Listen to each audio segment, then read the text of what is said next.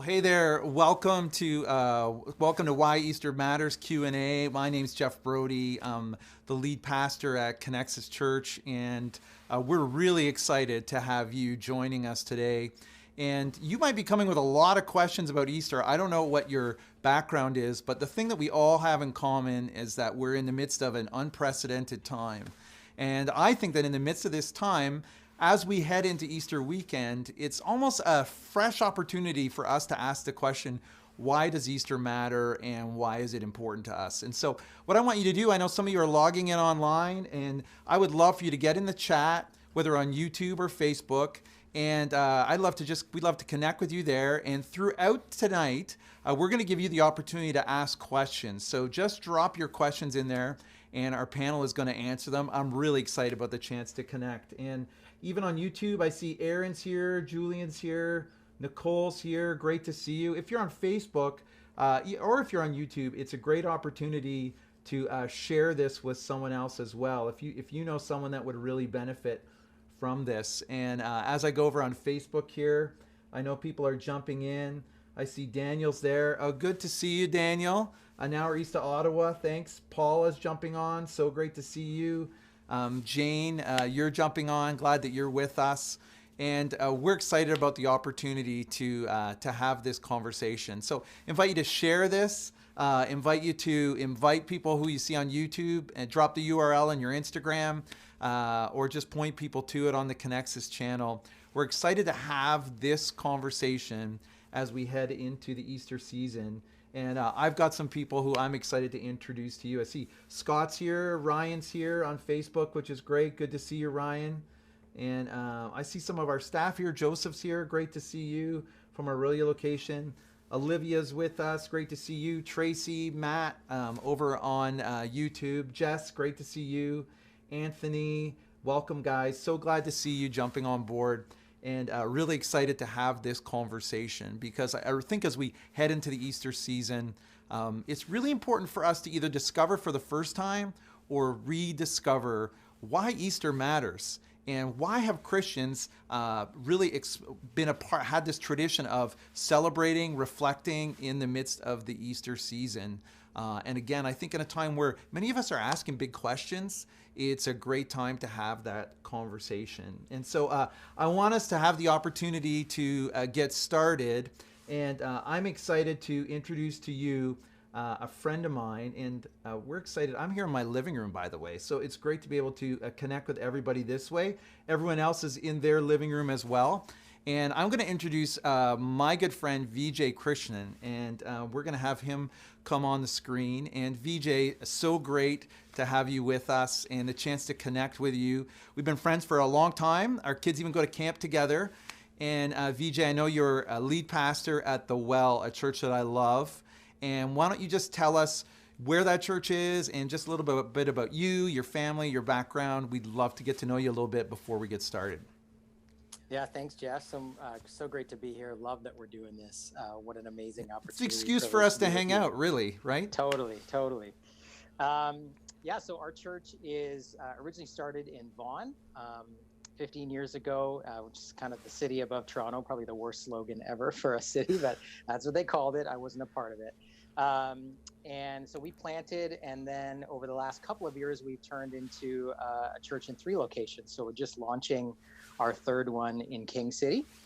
I was kind of a volunteer starting it, was working in a business at the time. And what kind of business, Vijay? What kind of business were you in? Yeah, so I did marketing and advertising, like packaged goods marketing for most of that for about 11 years coming out of school.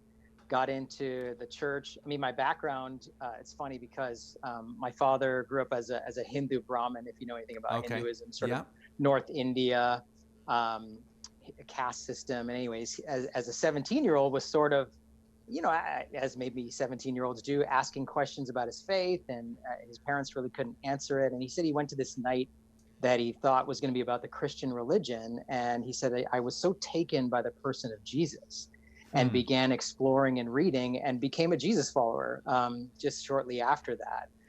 But then was an engineer, IIT, MIT, And, so I grew up in the home, and then he became the pastor of our church after working as an engineer for 13 years. Wow. So I grew up in the That's home. quite a journey all the way from one all the way to the other, Totally. asking those questions and then moving all the way around the world, really. And a journey that I think a lot of people say, oh, people don't make that. You don't go from east to west from a religious standpoint. You don't go from left brain scientist, nuclear engineer to pastor. Right. And those are kind of the traditional ideas. And I've had good friends of mine who, are not followers of Jesus. They say, oh yeah, it kind of feels like you have to check your brain at the door to be a person of faith. And I understand why people say that, but that wasn't my experience growing up. So I'm in the home of, and going to a church of a guy who's from the East, understanding Eastern religion, but has now become a Jesus follower, was a left brain engineer, and now is a pastor. So he taught with a combination of both in a way that just kind of, I didn't think there was any sort of false or dichotomy between being a person of faith and being a person of reason. Right. He was someone who asked a lot of questions, kind of challenged me to think for myself. So that was sort of my upbringing. Why do you think he thought those things were mutual? Why do you think people think those things are mutually exclusive? Yeah, it's a good question. I think, some people come by it honestly. I think sometimes the home you grew up in is kind of what you know. And maybe there are periods of church history or sometimes just what gets caricatured at times in the media about, well, it's all about like faith. It means blind faith, which I don't think actually those two things are the same thing. And that, and somehow science disproved, we believed in God until we got science, and that science explained to us the things that God, the God of the gaps kind of thing. Right. And I think just knowing various people of faith who are also, well educated and well regarded in their disciplines of law or science, or like my father, I just didn't have that paradigm. But I understand where people come from. That, and sometimes unfortunately there's sort of I think even members of the Christian faith or religion have come off as anti-intellectual or anti-science, that somehow science is an enemy, which I never felt that. So anyways, that didn't exist in me. Right. So it's part of my journey, I guess, growing up. And it's almost interesting how we love, like, polar opposite things help us to compartmentalize in our minds sometimes. Sure, it's simpler. It's simpler for us. Yeah. Yeah. So you grew up with your dad that way, and then your dad on that journey, he's pastoring this church, you're in marketing, and then kind of what happens from there? How do you end up where you are today? Yeah, so interesting. I mean, I loved what I did. I loved marketing, but I think I came across person after person, that I really enjoyed hanging out with in my work, who had walked away, I felt, from a Jesus they had never met, because of the church or because of religion or because of what they saw in their home.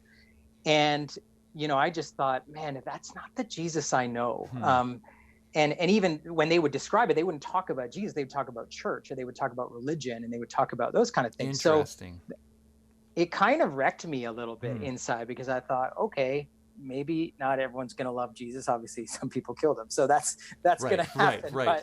But I just thought that wasn't my experience. In fact, the church was a pathway to God for me. It helped me learn how to lead. It helped me discover who I am, and helped me ultimately connect with God. So then I'm a part of this young fledgling church as a volunteer, and I'm like, man, what if we could start a church where the people I work with and whatever would actually want to be there and could come and find God. Authenticity, sure, like messed up people like me, like that, we're all in the same boat. But so that was just stirring in me. And then our planting pastor said to me one day, hey, I think it's time for you to move on. He was sort of an entrepreneur. He was done taking that hill. And it was a no-brainer. I just was so sucked in. I thought, if I could be a part of shaping some kind of environment where people could actually encounter Jesus for who he is in a community that's not perfect but authentic, where they feel like they can be themselves, where their mind and their heart could be engaged. So I'm kind of ruined for anything else. Right. But yeah, that's sort of my story. So that's been the last 11 years. Well, funny, in a lot of ways, why you and I have connected, because we sort of share a similar passion in that way, which has been really fun. Tell us a little bit about, just in this whole situation of crisis and COVID-19, we're going to get into the topic at hand here in a second, but what's life been like for you? How have you been kind of coping in the midst of that? Yeah, I think like a lot of people, it's a disorienting time. And I find just in interacting with people in my circle, my family, my kids, people in our congregation, one of the questions a lot is, well, what is God doing? And I think I'm just slow to try to answer that question because I don't know what God is doing. Right. And I think I don't want to be quick to say, oh, God must be doing this. There's even some, unfortunately, who would either directly or indirectly sort of intimate that God has caused this thing. And I just don't, I'm sort of trying to say, hey, well, the one thing I know about God is what is maybe an obstacle for us isn't for him, and that he can be at work in this.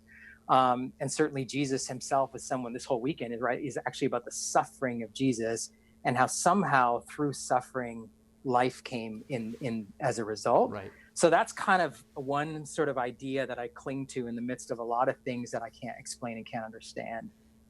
So even approaching Easter, it's been good for me to just go over that and say, hey, we don't actually have all of the answers, but we do know that God knows what it's like to suffer with us. God in our shoes. Right. And that to me is so beautiful about Jesus and about his story. So tell me, outside of kind of COVID-19 world, Christians have been celebrating and reflecting through the Easter weekend for thousands of years. And I would love to hear from you. Just share with us, why is that? I mean, what is so meaningful about it that people would have done this for a couple thousand years? I mean, what is about Easter that's just so important to the Christian faith?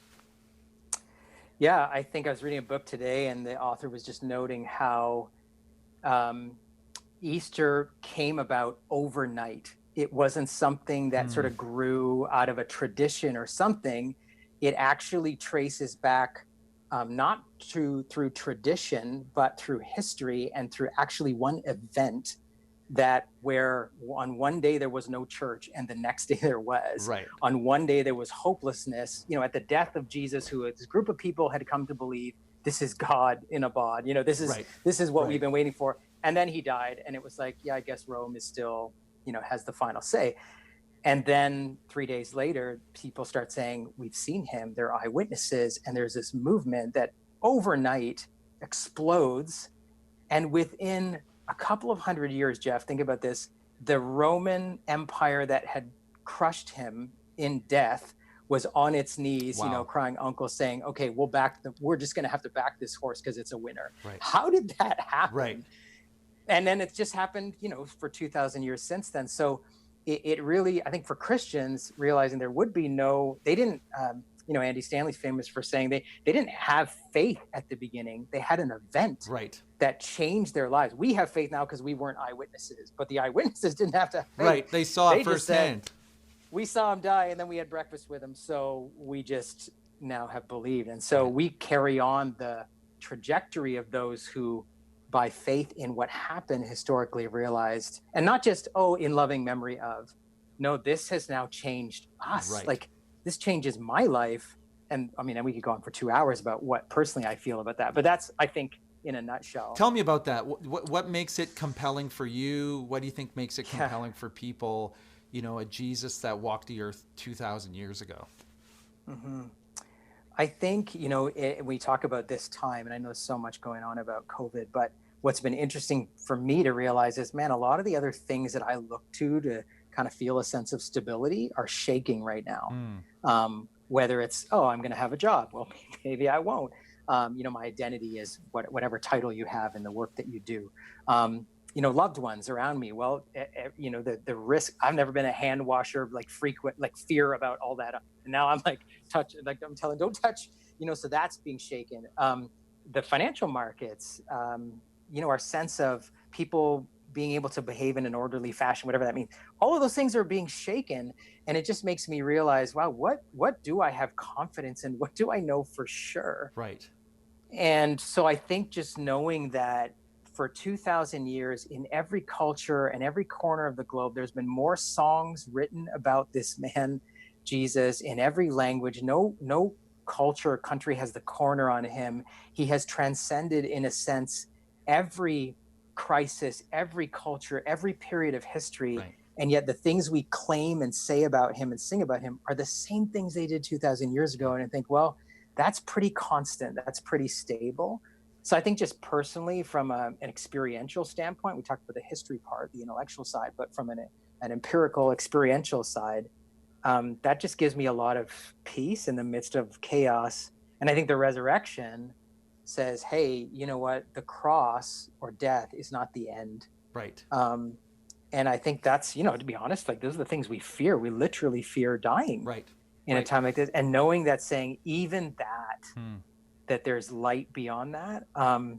So that's just my personal experience. But I think in terms of peace through storms, but also hope beyond tomorrow, because this is one of those seasons where you can't say, well, we know in a couple months we just don't. Yeah, we don't know.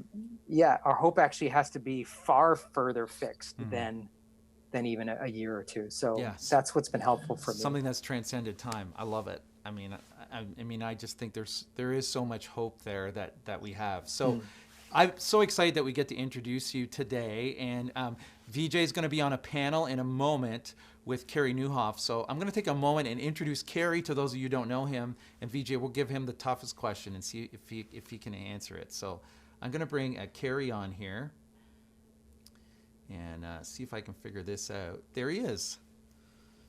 Hey, Jeff. Hey, Carey, how are you? Doing great. Good. Thanks so much for doing this. I appreciate you making the time. Of course. Yeah. Now, great to be with our church. Now, Vijay came all the way from Vaughan. You're coming all the way, for people who don't know, from?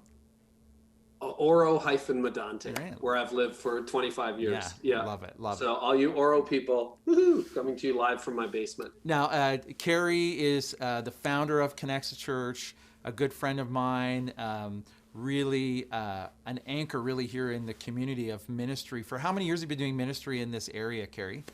Yeah, 25 years this month, actually. Yeah. Wow. Saying that out loud, it was a quarter century ago. Unbelievable. Yeah, we moved up in 95. Well, I think unbelievable. So many lives changed because of your ministry. And for people who don't know you, I know there are people who are tuning in from outside of this area. Just tell us a little bit, outside of being the founder of our church, what else do you do? Well, I'm a husband and dad. So Tony and I have been married for almost 3 decades. It'll be 30 years next month. So we met in law school. We're both Osgood graduates, but ended up, grew up in a Christian home. My parents attend Connexus, which is awesome. They're probably watching tonight. So do some of the rest of my family. And, grew up in a Christian home. My parents had kind of an evangelical conversion revival when I was about 10. And really had a faith as a teenager, but, as typical in my late teens, kind of wavered a bit. Came back in my early 20s, largely because what Vijay was saying, I wasn't sure the Christian faith stood up intellectually, but the more I explored it, the more I became convinced it really does. Had no intention of going into ministry, wanted to be a lawyer since I was a kid, went to law school. In the middle of law school, not only met my future wife, but had really a call to ministry experience. Finished law, worked for a year in downtown Toronto, did the whole bar ads thing, got called to the bar, and then resigned and went straight into seminary. So it was in the middle of seminary that I wasn't thinking I would be a pastor, because I don't have typical pastoral gifts. Right. And I thought it's just not going to work. But we thought, well, let's give it a try. And we found these 3 little churches in Oro between Barrie and Orillia that agreed to take us on, and here we are 25 years later, and that became Connexus. So that's the thumbnail. Wow, unbelievable. Well, great to hang out this way. And I know in the midst of COVID-19, I miss the fact that we just get, we don't get to hang out together the way we would normally hang out. But yeah, we couldn't even high five each other on Sunday when we were doing the service. That's right. That's right. We just had to wave. I could see you from 7 feet away. That's right. Wave across the room. But Carey, just share with people a little bit about what does this season of COVID-19, this unprecedented time, what does it kind of look like for you personally these days? Yeah, well, it's disruptive for everybody. And it's been, I'm concerned for my parents, for Tony's parents, all of whom attend Connexus, and for a lot of friends and family. We have really close personal friends who attend the church whose dad was intubated and whose mom is potentially COVID. And so, a lot of friends who are in healthcare from our Orillia campus. So it's very personal, very fast. And even a month ago, we had a woman, a friend who speaks globally, Danielle Strickland, over for dinner. And, she had just come back from Germany. And you hear about this COVID thing. And she's at our house for dinner. And she said, yeah, like someone at this summit she spoke at tested positive.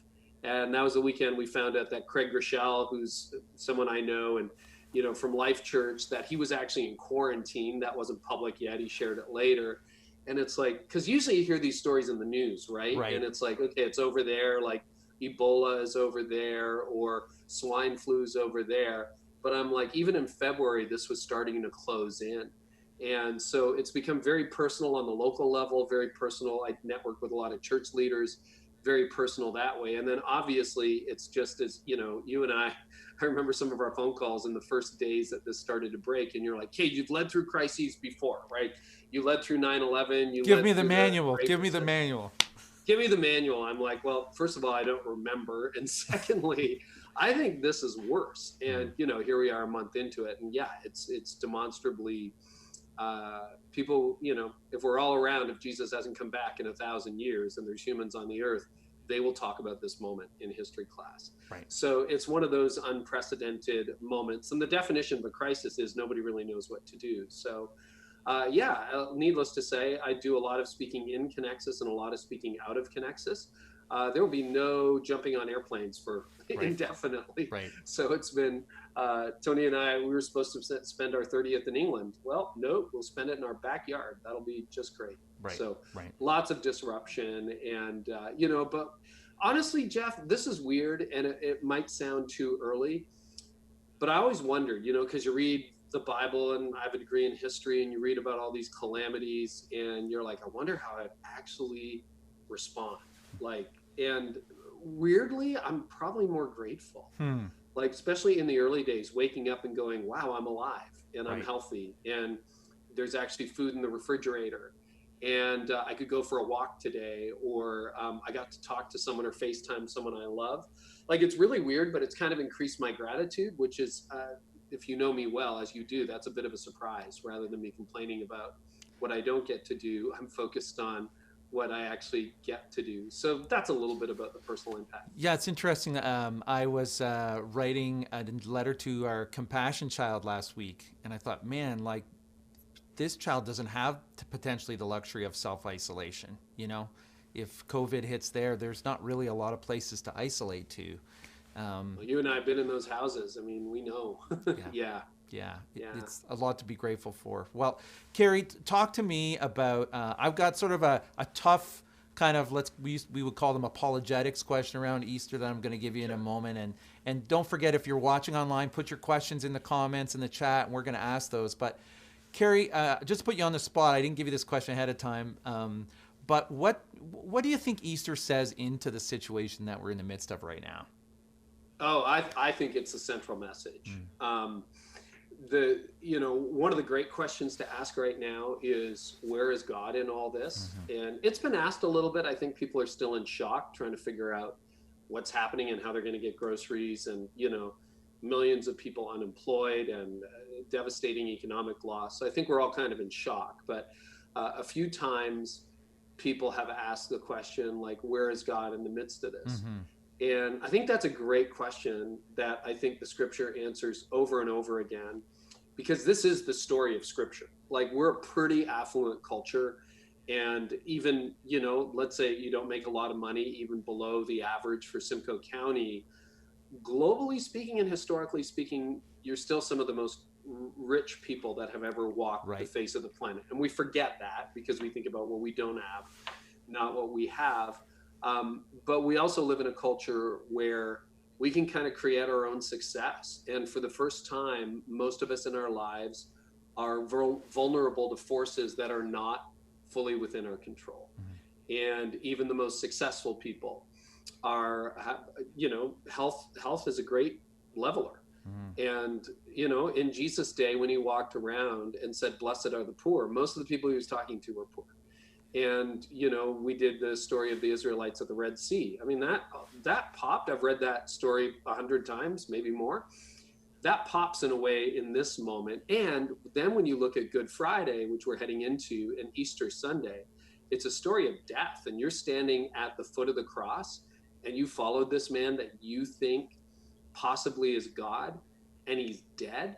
I mean, you're thinking, well, this is over. And I know Jesus said, one day I'll rise again, but it's like, no, dead people stay dead. That's just how it works. Like, I'm a realist. That's when you die and they pulled his body off and they put him in a tomb and there's no pulse and there's blood, he's dead. And Sunday's the big surprise. And Sunday is like, are you kidding me? And as Vijay said, you know, we're people who are witness to an event, in our case, vicariously, but God is someone who brings life out of death. God is someone who brings resurrection out of a cross. And so there's definitely, you know, the world has the tinge of death to it right now. But I think ultimately God has won the victory. And I'm not saying the economy is going to bounce back in 10 minutes or anything like that, but I am saying we can trust him.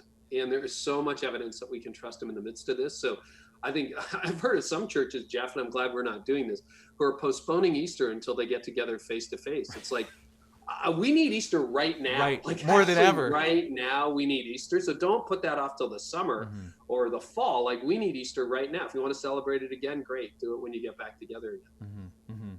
Now, Carey, there's a question that we often get, and I would love for you to tackle it, that has to do with Easter. People say, okay, if Jesus historically did live, how do I know he really rose from the dead? Like, how do we know it wasn't some magic trick or some conspiracy?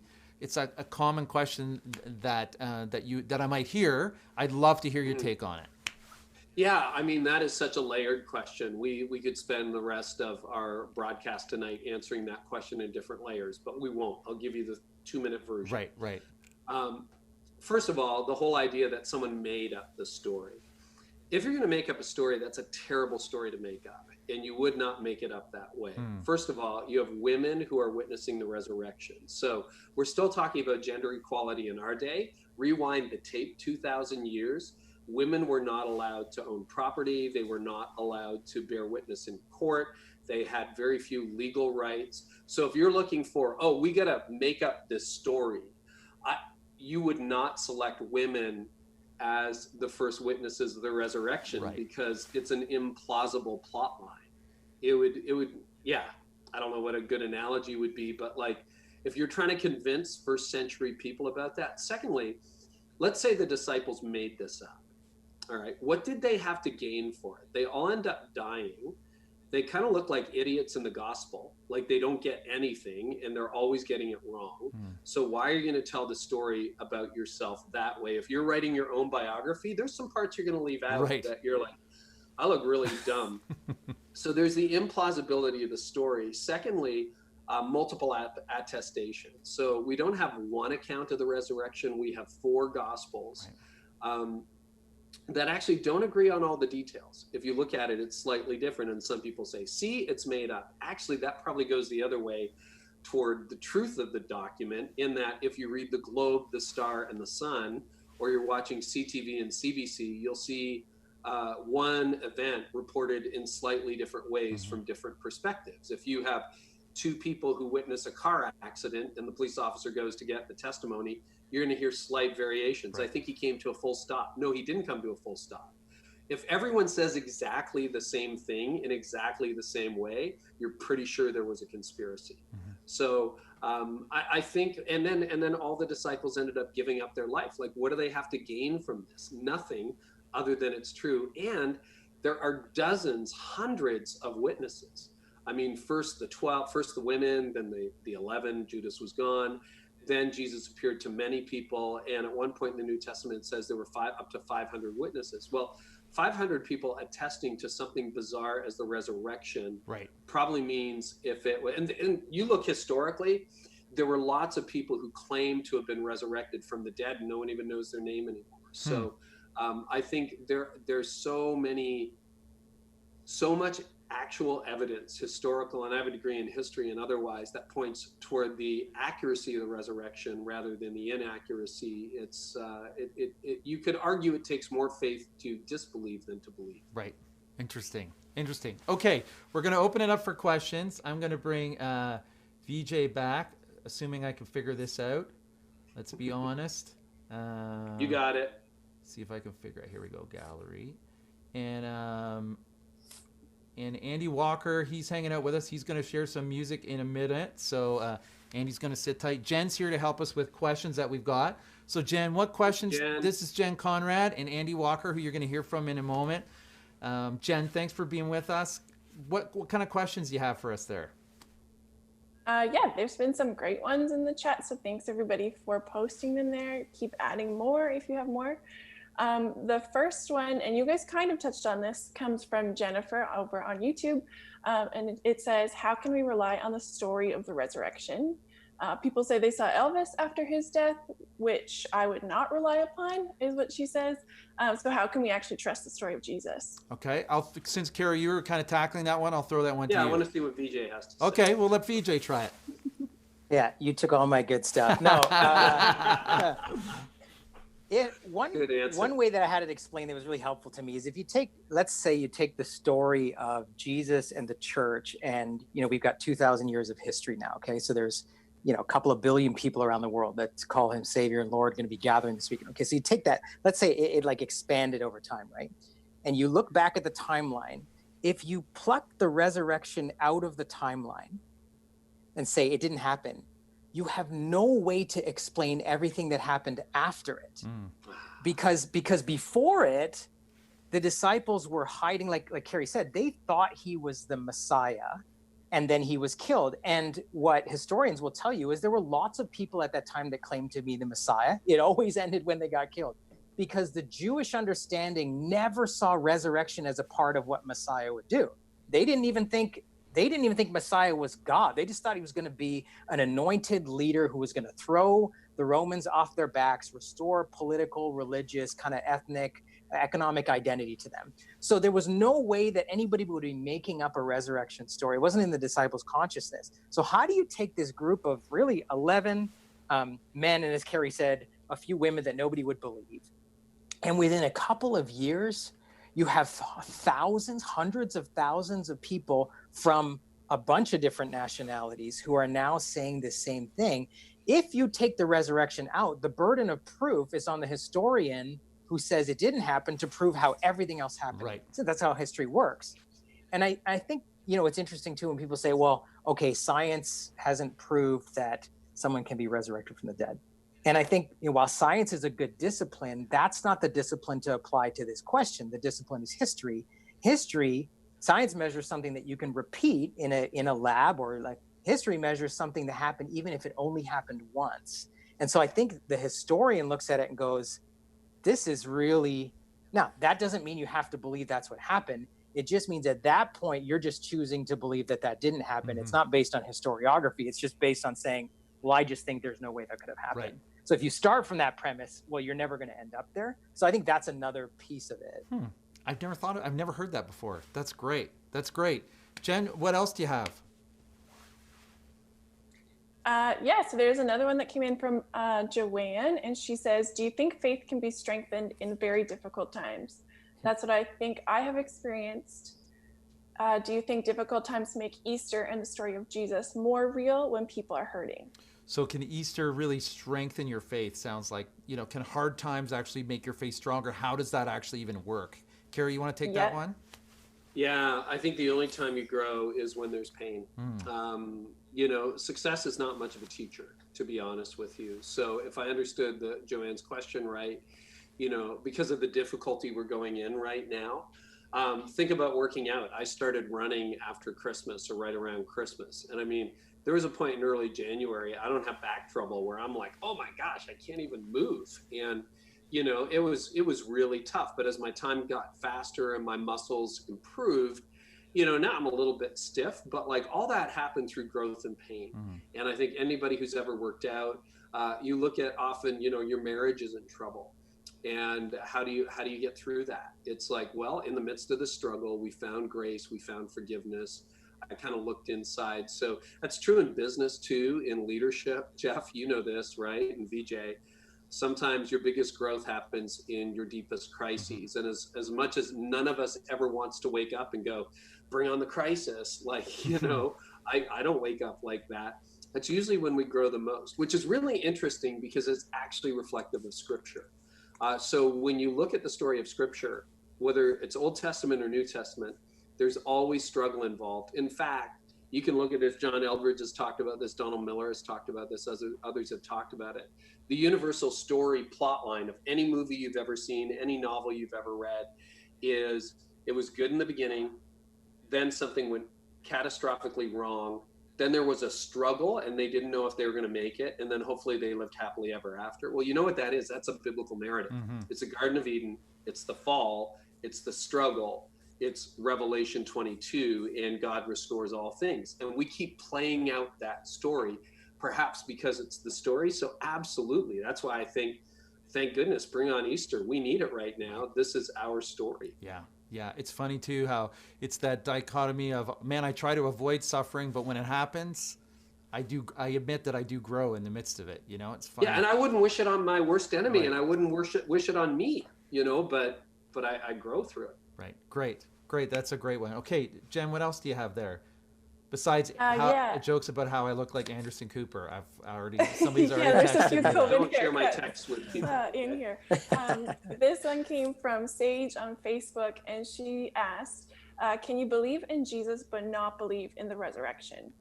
Oh, that's interesting. Vijay, what are your thoughts on that one? Well, I think believing in Jesus is a great starting point as a historical figure. You know, I think just sort of saying, okay, we have these accounts about him. My mind goes to something Timothy Keller, the pastor and an author in New York City, said once that just, I thought, oh, that's really good. He said, if you take the list of the top 10 most influential people in the world, Jesus, he said, he's in the top 10, right? Like, can we just say, like, right. Whether or not, whatever you believe about him, you just say, okay, he basically had a public awareness life of 3 years, never traveled more than 100 miles from where he lived, never held office, whatever. But like I said, billions of people worship him, sing songs about him, whatever. Okay, so let's say he's in the top 3. Then you put the list beside it of the top 10 people who have claimed to be God.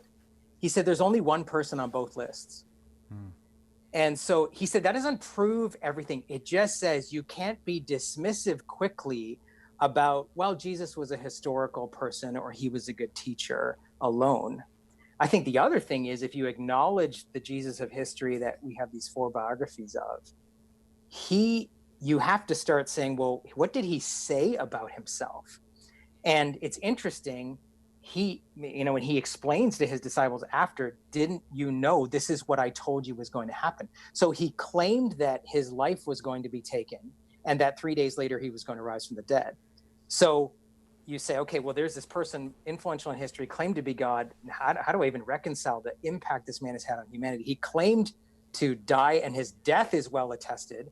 And then there was a whole bunch of people after that who said he had risen from the dead.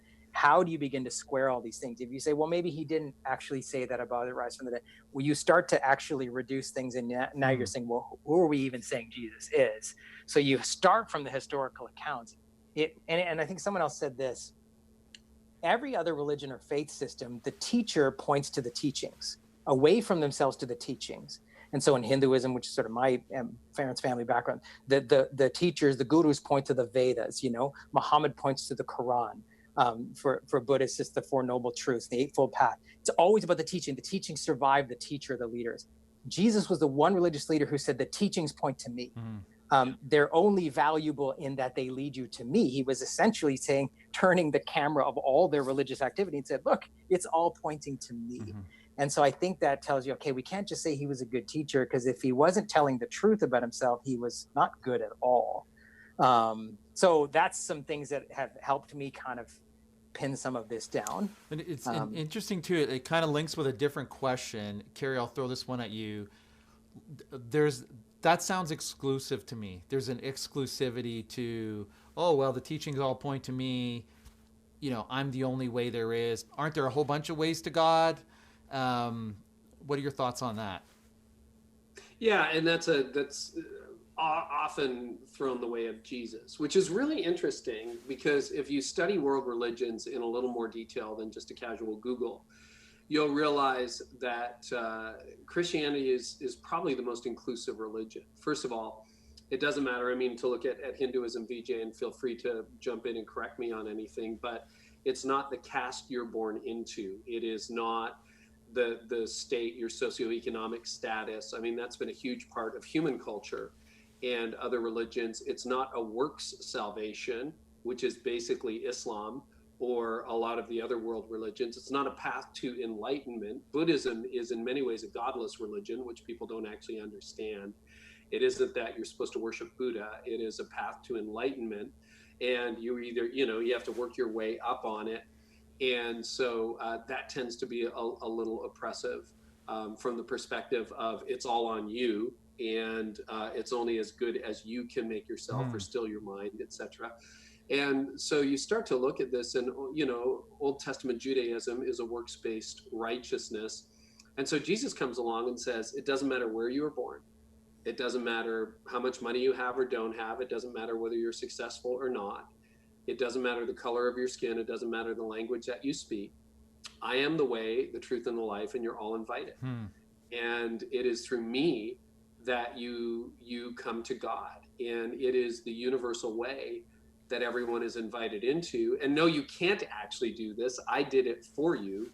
And so come to me, you who are heavy laden. Another thing we talked about first century Christianity that was completely radical and unique is that Christianity spread beyond a unique ethnic group. The Jews had their religion, the Greeks had their religion, the Romans had their religion. It was all very tribal.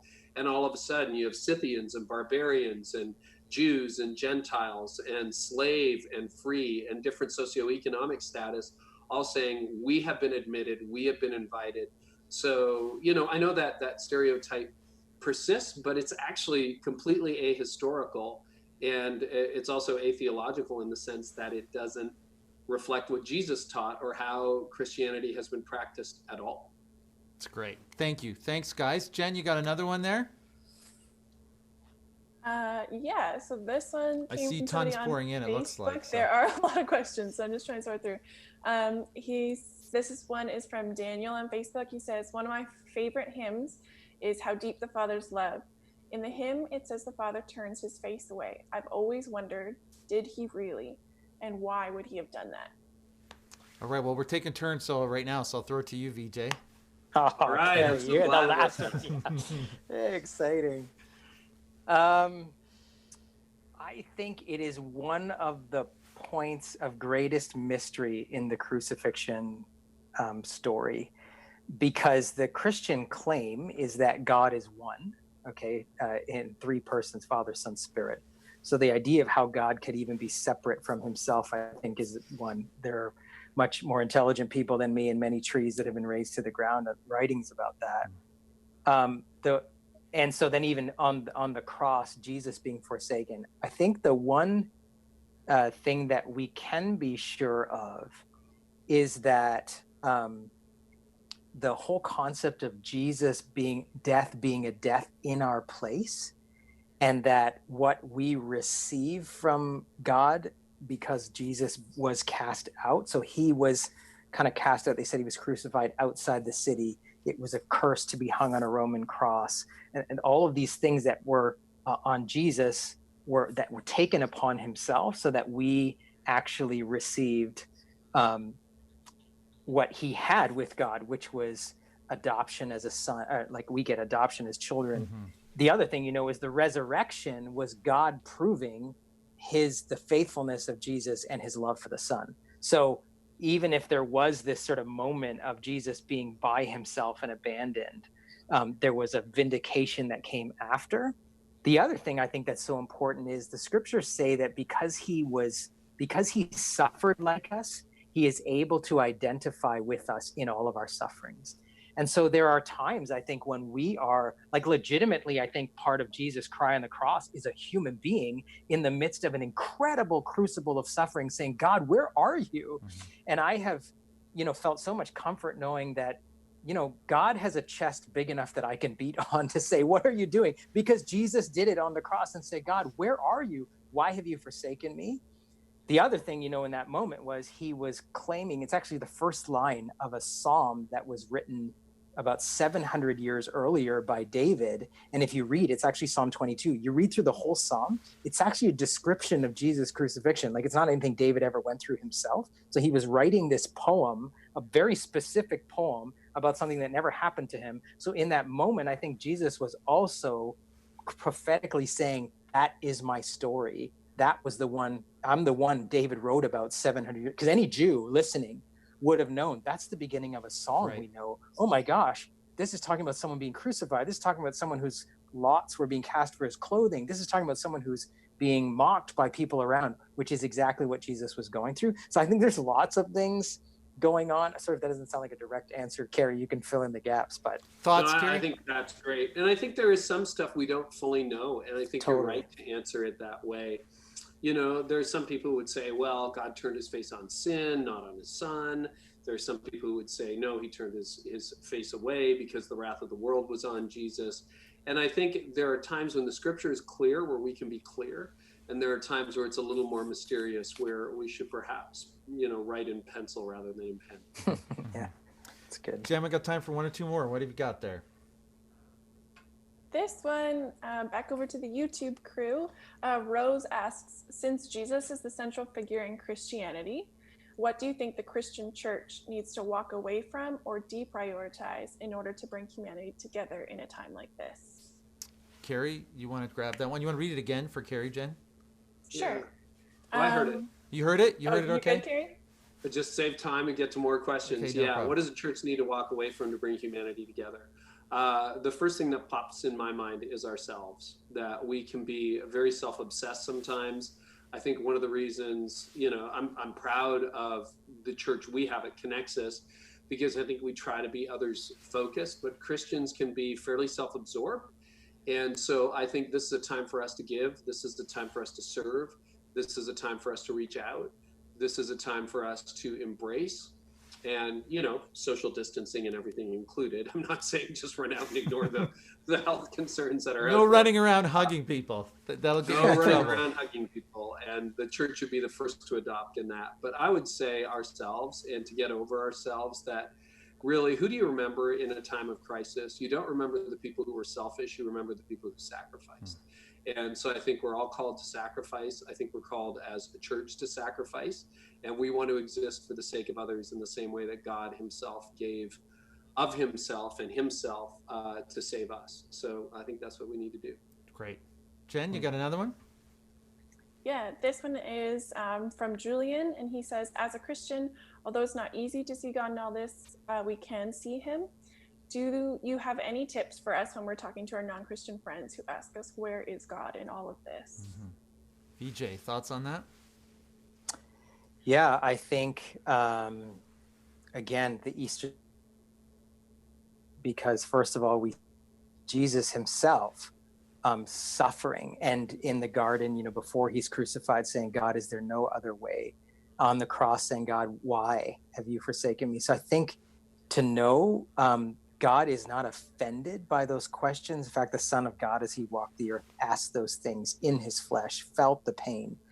And so I think we're meant to actually lean into that and experience that. I think one of the things, as Carey pointed out, and you can see this in your own life, there are many things in my own life that if I was given the pen to write my story, I would have erased them. But I look at them now and I can honestly say I wouldn't change them. And I think I'm not alone in that. And so that's, you know, that's at a microcosmic view. And then I think we can even look through history. And this is not to say, oh, don't worry, this is great, good things. It's not a suffering is good thing. Suffering isn't good. It's painful. And Jesus, you know, suffers with us in that. And we're praying for healing. We're praying for intervention. But we know that God is able to use even the worst things to bring about healing and restoration. And I think, you know, it's just even going online and seeing the number of stories of people, like in my own life, it's like, okay, it's revealing people around me that I'm seeing them act so beautifully and humanity rising up. But then I also see in myself, like Carey pointed out, selfishness coming up that I would not have seen before. And I'm confronted now with a choice. Am I going to realize, no, this actually was always in me. COVID didn't bring this about. This was the disease I was always sick with. And this other external thing is actually pointing inside. And, the greatest change that we need, like before COVID hit, the things that were killing most of the world's population, said 15 to 20,000 children die every day of either hunger or diseases that we have had the cure for 20 years.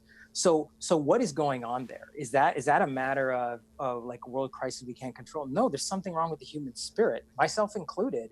So as Carey said, if we can respond to this in grace and generosity, it does something for us as humans. I'm not saying God did this to us he doesn't manipulate us. That's not who God is, but he's working even in the midst of this. And so I would say, where do you see God at work? In so many places, I see God in the midst of this, even while I pray, God, have mercy on us and turn the tide on this. That's great. Can Carey, go I add ahead. one thing to that? I thought that was great, Vijay. I think underneath the question is an assumption, usually when people ask it, and we get we think of ourselves as the wrong place in the story. So if you look at the biblical story, it starts in Genesis, 1 and 2, you're in paradise. And then Revelation 22, you're in paradise again. 21 and 22, you're in paradise again. Most of us want to live in Genesis 1 or 2 or in Revelation 21 or 22. We want to live at the beginning or we want to live at the end. And so anytime anything bad happens, we're like, what? You've interrupted my life here with something bad. And it's like, no, that's not the part of the story we're living in. We're no longer in Genesis 1 and 2. We are not yet in Revelation 21 or 22. And if you look at where we are in the story, it is a struggle. We're in the battle between good and evil, and Jesus has ultimately won the victory, but there are battles to face. And I think if we can say that, and you say, well, where is God? You read stories, I don't know if this is Corrie ten Boom or who, but in the Second World War, in the Holocaust, and I visited a death camp. It was one of the most haunting days of my life, a concentration camp in France, actually, or on the German border. And, that's where thousands of people were killed. And the question in the Second World War was, where is Jesus? And they said, in the camps with the victims. And I think that's an accurate understanding of who Jesus is. Thanks, Carey. Jen, I think we got a little bit of time. You got one more there for us? Sure. This one comes from Kate, and she says, there are many prophecies coming to light right now, specifically miracles to come following Passover. What are your thoughts on this? Thoughts on, so a lot of people say, hey, is this a part of prophecy? What's happening right now? Vijay, do you have thoughts on that? And then Carey, I'm going to throw it to you too, that as our last one. Yeah, I think some of this comes down to different sort of Christian traditions in terms of how we even define the word prophecy. So that's maybe a longer conversation. I think if the question is about, hey, does this mean like the end is coming, or there's sort of the apocalyptic question? My own belief in that, interestingly, is Jesus actually spoke to this in Matthew 24. He says, as for that day, in other words, the end, nobody knows when that's coming.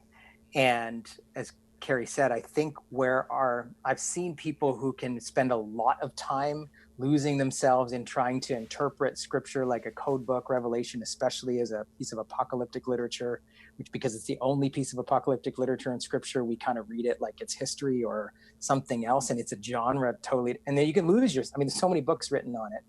It seems to be what the church was called to in the midst of these things that it couldn't quite understand was faithfulness, which looks like generosity, self-sacrifice, love. And what Jesus basically said to us, hey, calamity and suffering aren't an obstacle for you living out this new way of following God in this kingdom I've given you. The kingdom can start now. It doesn't need to wait till heaven someday, one day. It begins now, even in the midst of that. So I'm just wary of a lot of time spent thinking about and talking about that, rather than saying, what does it mean to represent Jesus now in this day and this time? Because I would suggest to you that what the world needs now is not us explaining how this connects to a broader narrative of biblical prophecy. What it needs to know is, where would Jesus be, to Carey's story about the Nazi death camps? Right there, right with you. I get to represent him to you in this small way of alleviating suffering. And we do know there isn't a better day coming. We just aren't meant to try to predict it all. That's my It's my own take on it. Carey, thoughts on people who've kind of jumped on the Yeah, prophecy train? I agree, Vijay. I think there's a lot of time spent. I don't want to misread the question. There may be something else under the question than I'm assuming as well. But yeah, I mean, I've been in the church many, many years, and I've seen a lot of people, like everything from write books to interpret books to like, I can tell you which world leader is the bear from the north and what the mark of the Antichrist is. And I mean, those things come and go, and I think it's a lot of wasted effort. And so that's why we don't camp on that a lot. I think we will know one thing for sure, that when Jesus returns, there will be zero doubt. There will be no discussion. If you're like, is that the second coming or not? I promise you it's not the second coming. Yeah. Because everyone will know. It'll be a universal event. There can be zero doubt. And even unchurched people, unchristian people, everybody will know that Jesus is back. That's the event I'm looking for. And we don't have to worry about when that is, because nobody can tell us. And Jesus himself said he didn't know. And when that happens, but I would say this one thing, and that is, this is a season of unprecedented loss of control. Most of us have less control over our lives right now than we ever have at any other point, because we can't control viruses. We can't control the economy. We can't control government decisions, et cetera, et cetera. And sometimes what happens is we end up looking for the things we can control. And sometimes I've wondered if under all the prophetic stuff, it's like, oh, I know knowledge can be a form of control. Oh, I know that this is, or you're attempting to get your head around the unknown. And you go back to Exodus chapter 3, Moses is being called into ministry and God calls him. And Moses is saying, look, okay, I don't know where this is coming from, but what is your name? And as soon as you can name something, you have power over it, right? Like, for example, if we all know people who've had diseases, and maybe you've had a disease and you're like, I don't even know what this is. And you get the diagnosis and you find out it's cancer, but there's a bit of relief because you're like, okay, well, now I know what I'm dealing with and we can have a course of treatment for it, perhaps. The unknown is really terrifying. So Moses is like, all right, well, what's your name? And God says, I'll give you my name. I am who I am. You will not define me. You will never have power over me. And so I think there's a certain sense in which, even with prophecy, we don't want to take the events that belong to God and try to interpret them in human hands. And there's a sense of reverence and awe and submission that we just have to have. In the meantime, I know it is clear, and that's what I'm called to do. Yeah, Carey, I'll let you have the last word on this with this question, because I think it's almost a question. In some ways, the question under the question is, how does Easter speak to my unknown and my lack of control? Like, what is it about the Easter story that to you personally speaks to you in a circumstance like this? Well, I kind of shifted. When I became a Christian, I shifted the control in my life from me to Christ. And I don't get that right every day. I'm a recovering control freak. So there are times where I try to wrest it back and it never goes particularly well. But, I don't know what's going to happen next. But I have a quiet confidence and faith that God does. And like we preached on Sunday, Romans 8, nothing, neither death nor life, nor angels, nor demons, nor the earth below, or heaven above, nothing in all creation can separate us from the love of God that is in Jesus Christ. I think that's what you gain at Easter. You just know. And so, and Jesus said, it came up in my personal readings the other day, don't fear the people who can kill the body. I thought about that. I fly a lot. Like, if my plane goes down, okay, well, it went down, but don't fear that. Fear the one who can kill the soul. And, my soul is securely in the hands of Christ, and I would pray yours is as well. That's great. That's great. I mean, if you love these kinds of conversations, I want to let you know, we're going to put the link up at the end, but if you go to connexuschurch.com/groups, there's a group there called Starting Point, an online group that's starting really soon. I think it's next week, actually, right after Easter. You want to get your registration in as quickly as possible. Small groups of conversation just like this, I know you're really going to find it helpful. And I'm excited. We're going to hear from my friend Andy Walker about what Easter means to him, and he's going to share some music with us. But before we do that, thanks, Carey. Thanks, Vijay. Thanks, Jen, for being with us for this part of the discussion. Really appreciate it. Thanks, guys. It was rich. Vijay, great to hear from you too. Jen, thank you as always. And Jeff, so appreciate your leadership. Yeah. Thank you so much, guys.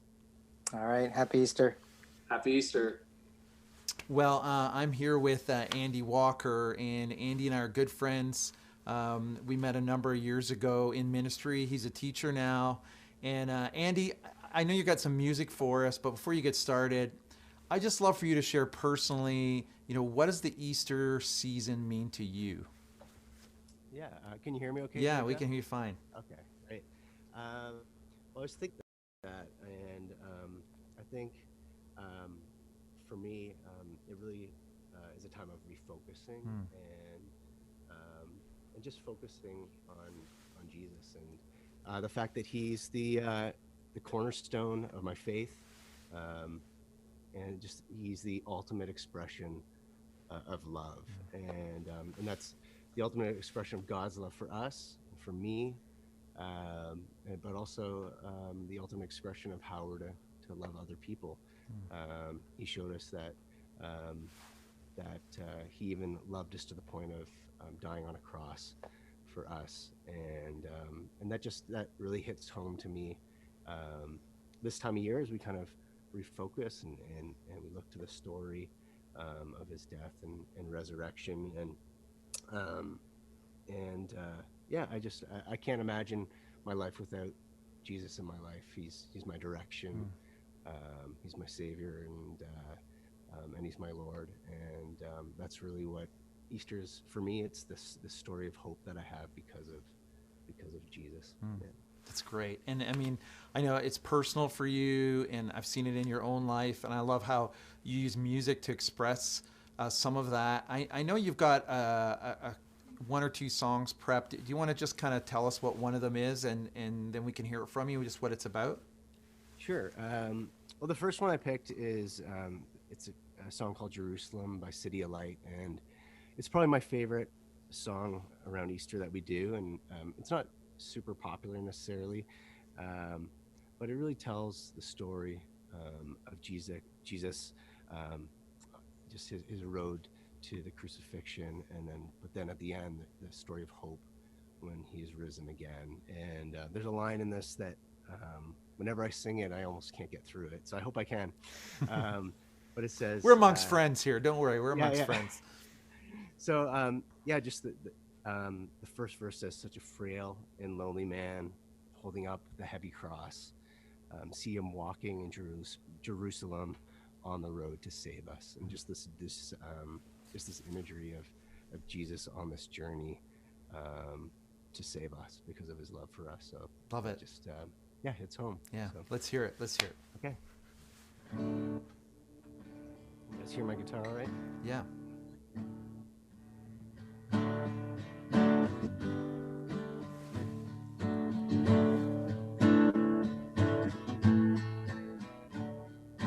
See Him in Jerusalem, walking where the crowds are. Once these streets said song to Him, now they cry for murder. Such a frail and lonely man, holding up the heavy cross. See Him walking in Jerusalem on the road to save us.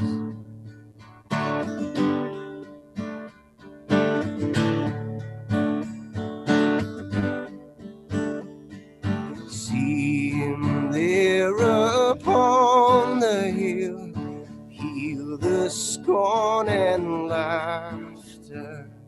Silent as a lamb He waits, praying to the Father.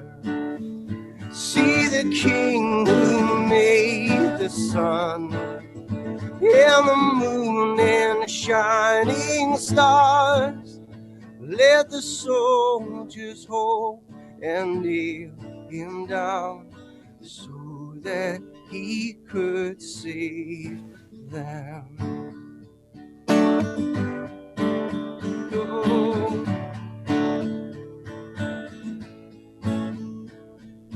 See Him there upon the the cross, now no longer breathing. Dust that formed the watching crowds takes the blood of Jesus. Feel the earth is shaking now. See the veil is split in two, and he stood before the wrath of God, sealing sinners with his blood.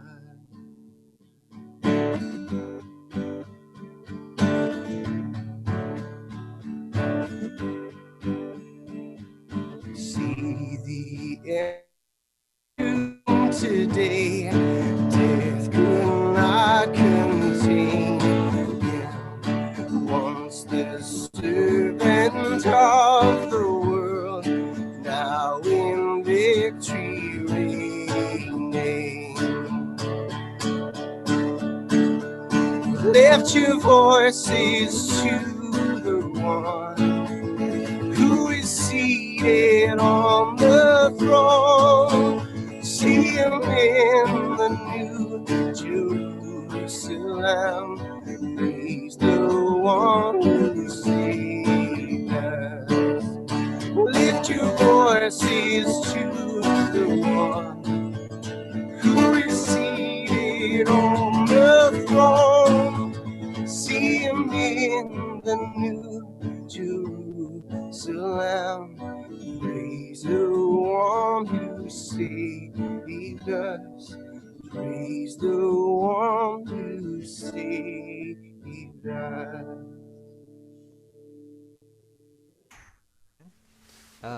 I know you. Do you have one more? We got time for one more. Yeah, I got one more. All right, for you. we'll close it with. Tell us a little bit about it, and this will be our last one.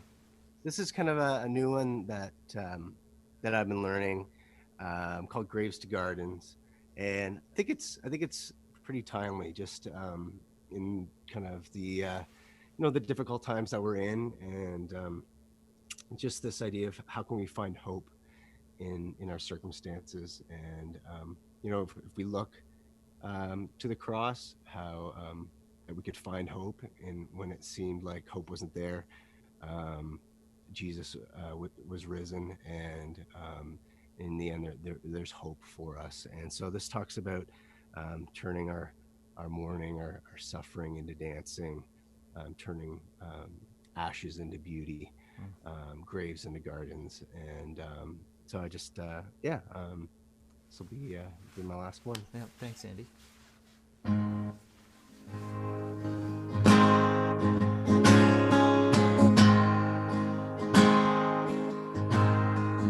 I searched the world, but it couldn't fail me.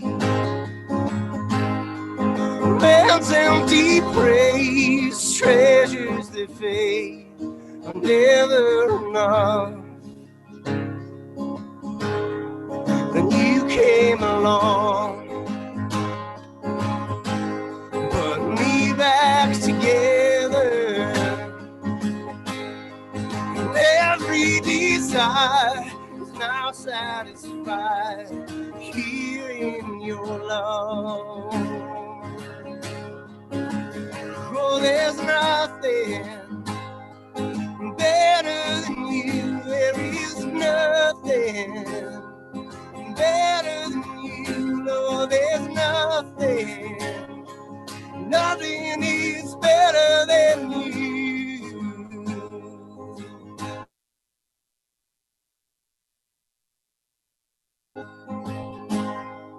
Well, I'm not afraid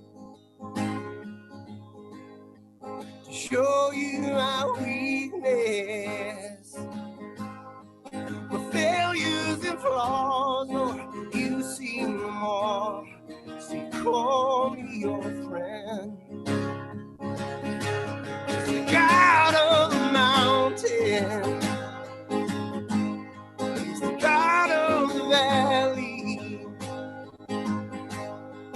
There's not a place where mercy and grace will find me again.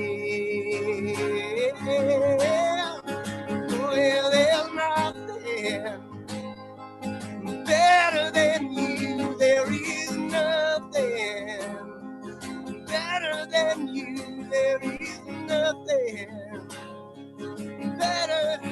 better than you.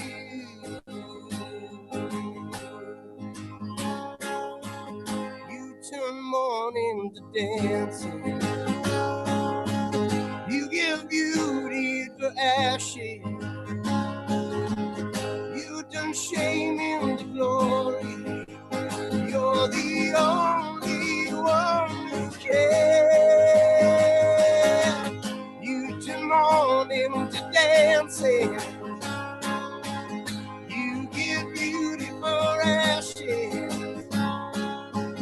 You turn shame into glory.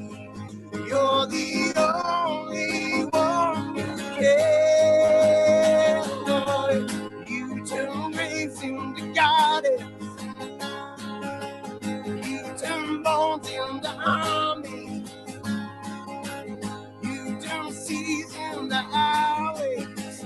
You're the only one who can. No, there's nothing better than you. There is nothing better than you. Lord, there's nothing. Nothing is better than you. Well, there's nothing better than you. There is nothing better than you. Lord, there's nothing. Nothing is better than you. That was great. That was great. Thank you so much, man. Let's see all the clapping hands in the chat rooms around the world. Yeah, man, that was fantastic. Appreciate you sharing with us. Thanks for having me with you, and hey everybody, and great to be with you tonight. Good to see you, man. Good to see you. Well, great to have the chance to have Vijay and Carey and Andy and Jen with us. And I hope it was as rich for you as it was for me. I want to let you know that you want to jump into one of those starting point groups if you're looking to have some great discussion. And you can sign up for that at connexuschurch.com/groups, as well as some groups to just provide community and get to know some people if you're looking for that as well. We're excited to connect you in that way. Don't let the engagement in the community end here, but let's keep it going with those 6-week groups. We would love to see you as a part of those. So again, thank you so much for being with us. We'll see you Good Friday, 10 a.m. for our living room experience. And then Sunday, we're excited to celebrate with you 9, 10:30, noon, 1:30, and 7 p.m. Man, happy Easter. Looking forward to connecting with you again this weekend.